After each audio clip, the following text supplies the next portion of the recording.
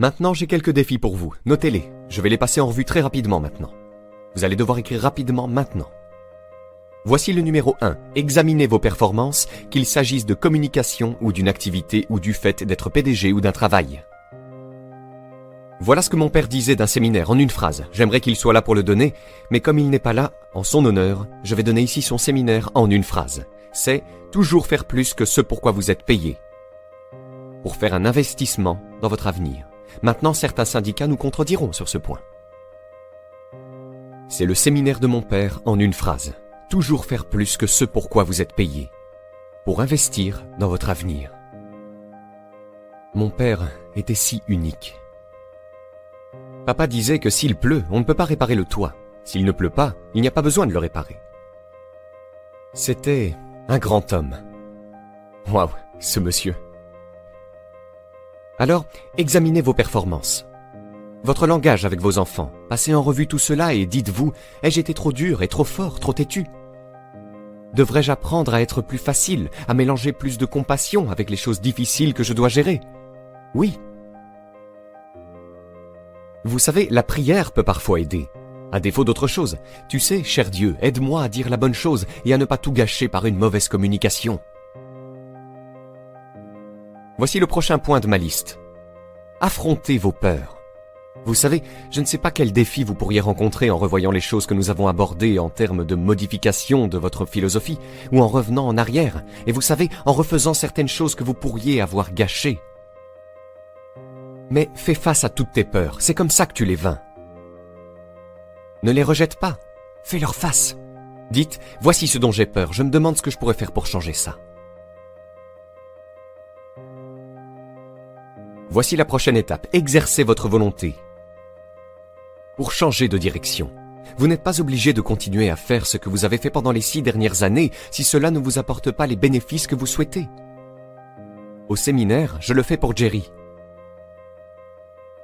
Mon mentor m'a aidé à faire le bilan des 6 dernières années pour ne pas répéter ses erreurs dans les 6 prochaines. Vous voyez, si vous êtes une noix, vous n'avez pas le choix de faire les 6 prochaines années comme vous avez fait les 6 dernières. Mais si vous n'êtes pas une noix, voici ce que vous pouvez faire. Choisissez une nouvelle destination et commencez à aller dans cette direction.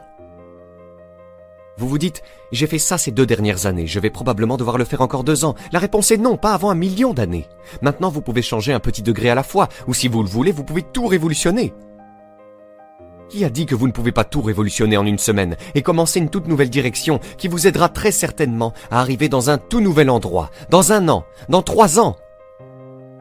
Non, on ne peut pas dire dans 5 ans à quel endroit vous pourriez arriver. Utilisez votre volonté pour lancer le processus. Juste la volonté de changer un peu ou de changer beaucoup. Tout le monde peut changer. Vous n'avez pas besoin de répéter l'année dernière. Nettoyez les erreurs. Investissez maintenant dans l'année suivante et regardez la différence.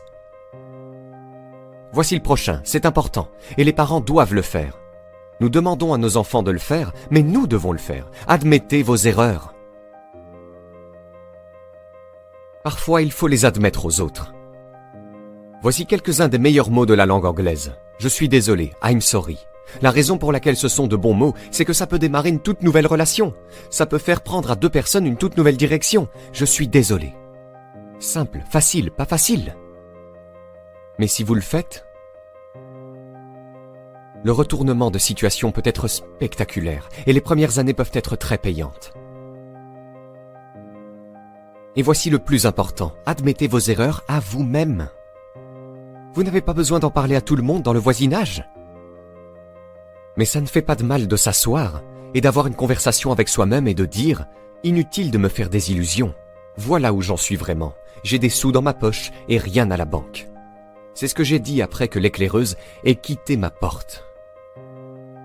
J'ai eu une conversation avec moi-même. Et j'ai dit que je ne voulais plus que ça arrive. Suivant, affinez vos objectifs. Je ne sais pas quelles ambitions vous avez eues jusqu'à présent, mais ce week-end serait un bon moment pour commencer le processus. Nous allons parler de notre atelier sur les objectifs avant la fin de notre session ce week-end. Peut-être que cela vous aidera à vous stimuler pour fixer des objectifs plus élevés, atteindre un but plus élevé, aller au-delà de ce que vous pensiez pouvoir faire. Mais d'ici la fin du week-end, vous pourriez doubler, tripler ou quadrupler le nombre d'objectifs, de buts et toutes les choses que vous pensez pouvoir accomplir. Vous pourriez les multiplier par 10 d'ici la fin de notre séance dimanche. Voici le suivant. Croyez en vous. Oui, vous devez croire en Dieu. Et vous devez croire en la communauté. Et vous devez croire aux possibilités. Vous devez croire en l'économie. Vous devez croire que demain peut être meilleur qu'aujourd'hui. Mais voici le plus important, croyez en vous. Il n'y a pas de compétences que vous ne puissiez apprendre. Il n'y a pas de discipline que vous ne puissiez essayer. Il n'y a pas de cours que vous ne puissiez suivre. Il n'y a pas de livre que vous ne puissiez lire. S'il est écrit dans une autre langue, il suffit de le faire traduire et de le lire. Voici le suivant, demandez la sagesse. C'est la communication de la source la plus élevée. Demandez la sagesse.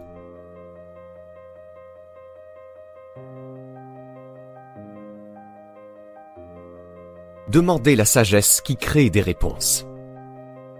Demandez la sagesse qui crée la foi pour croire que les choses sont possibles.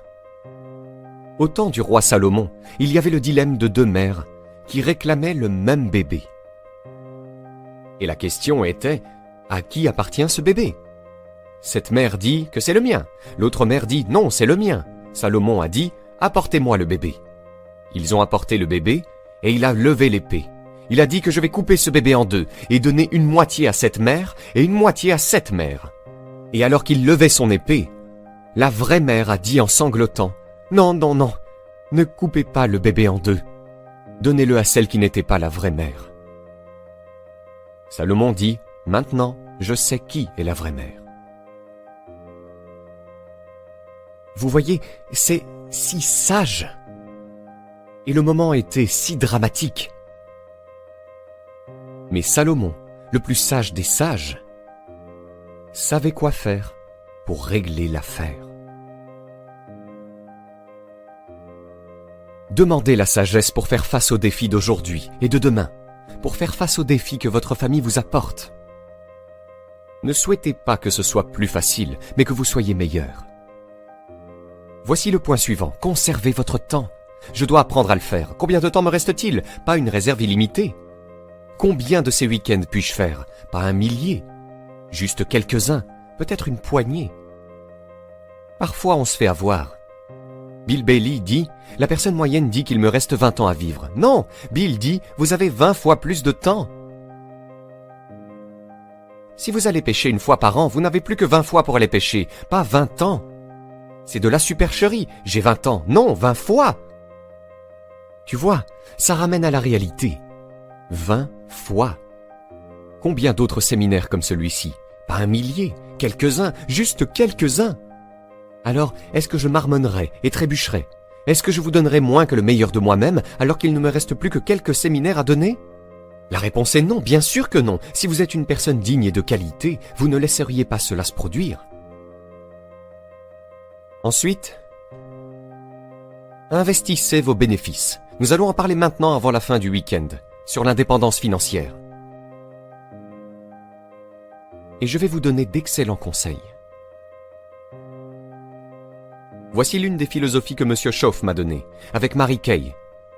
Voici ce qu'il a dit. Les profits sont meilleurs que les salaires. Les salaires vous font vivre. Les profits vous font faire fortune. Mary Kay et moi sommes allés jusqu'au bout. Waouh! Pourrions-nous commencer à faire des profits tout en gagnant notre vie? La réponse est oui. Je suis devenu fou. En voici un autre point maintenant. Protégez votre famille. Les temps sont durs, même s'ils l'ont été pendant 6000 ans. À l'école, les temps sont durs. Je connais une merveilleuse mère et un merveilleux père qui ont eu 2 garçons. À l'école, ils ont pris 2 directions différentes. L'un est devenu un citoyen modèle et l'autre est allé en prison. Waouh! Protégez votre famille du mieux que vous pouvez, contre les dangers cachés, contre les méchants qui rôdent. Voici le point suivant. Vivez avec intensité. Vous pourriez aussi bien monter d'un cran ou 2 après ce week-end. Pourquoi pas?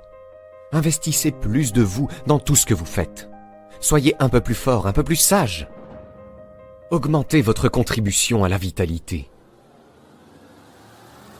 Mettez tout ce que vous avez dans tout ce que vous faites.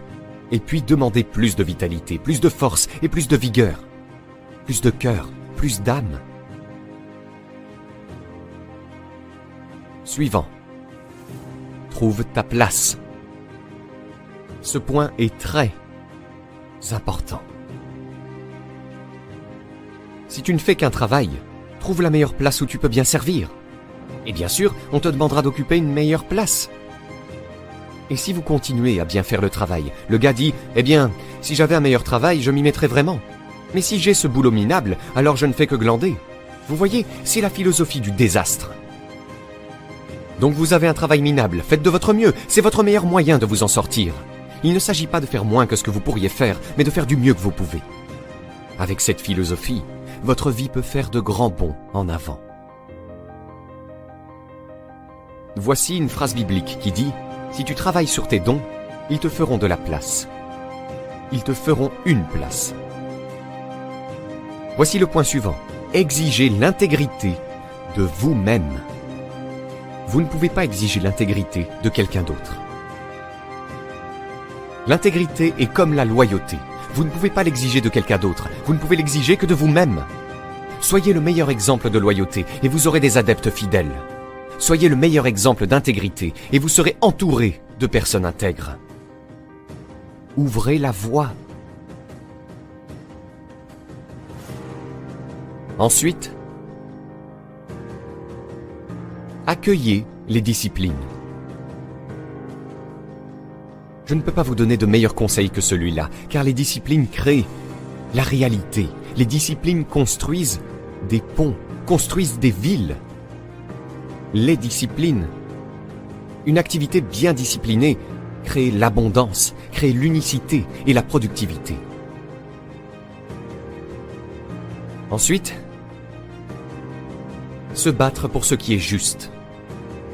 C'est un combat dans lequel nous sommes engagés. Et le conteur dit qu'il y a eu une grande guerre dans le ciel.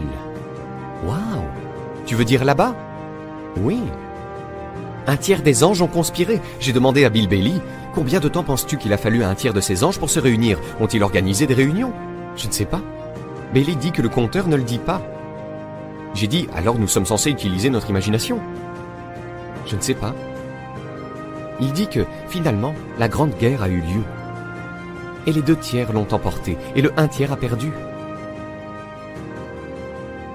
L'un des auteurs des dernières écritures de la Bible, voici ce qu'il a dit. « J'ai combattu le bon combat. » Vous voyez, c'est extraordinaire de pouvoir dire « Je me suis battu pour mes enfants, et je me suis battu pour ce qui était juste, et je me suis battu pour ma bonne santé, et je me suis battu pour protéger mon entreprise, et je me suis battu pour une bonne carrière qui bénirait ma famille. » J'ai combattu le bon combat. C'est bon de se battre. L'empiètement. Les opposés sont en conflit, et nous sommes au milieu. Et si tu veux quelque chose de valable, tu dois te battre pour ça. Puis cet écrivain a aussi dit, non seulement j'ai combattu le bon combat, et je terminerai par ça. Et j'ai une liste beaucoup plus longue, mais peut-être que je pourrai la couvrir à un autre moment. Il a dit, j'ai combattu le bon combat, et j'ai gardé la foi. Vous voyez, c'est ça le truc. Gardez la foi avec votre famille. Battez-vous comme des fous et gardez la foi. Combattez l'ennemi et gardez la foi. Combattez la maladie et gardez la foi. Combattez le mal et gardez la foi. À présent, vous pouvez obtenir gratuitement notre nouveau guide des 5 étapes pour fixer et atteindre votre objectif le plus ambitieux à 100% coup sûr en cliquant sur le premier lien dans la description sous cette vidéo. Et si vous avez aimé cette vidéo, cliquez sur le bouton j'aime et abonnez-vous à la chaîne maintenant pour ne rien rater.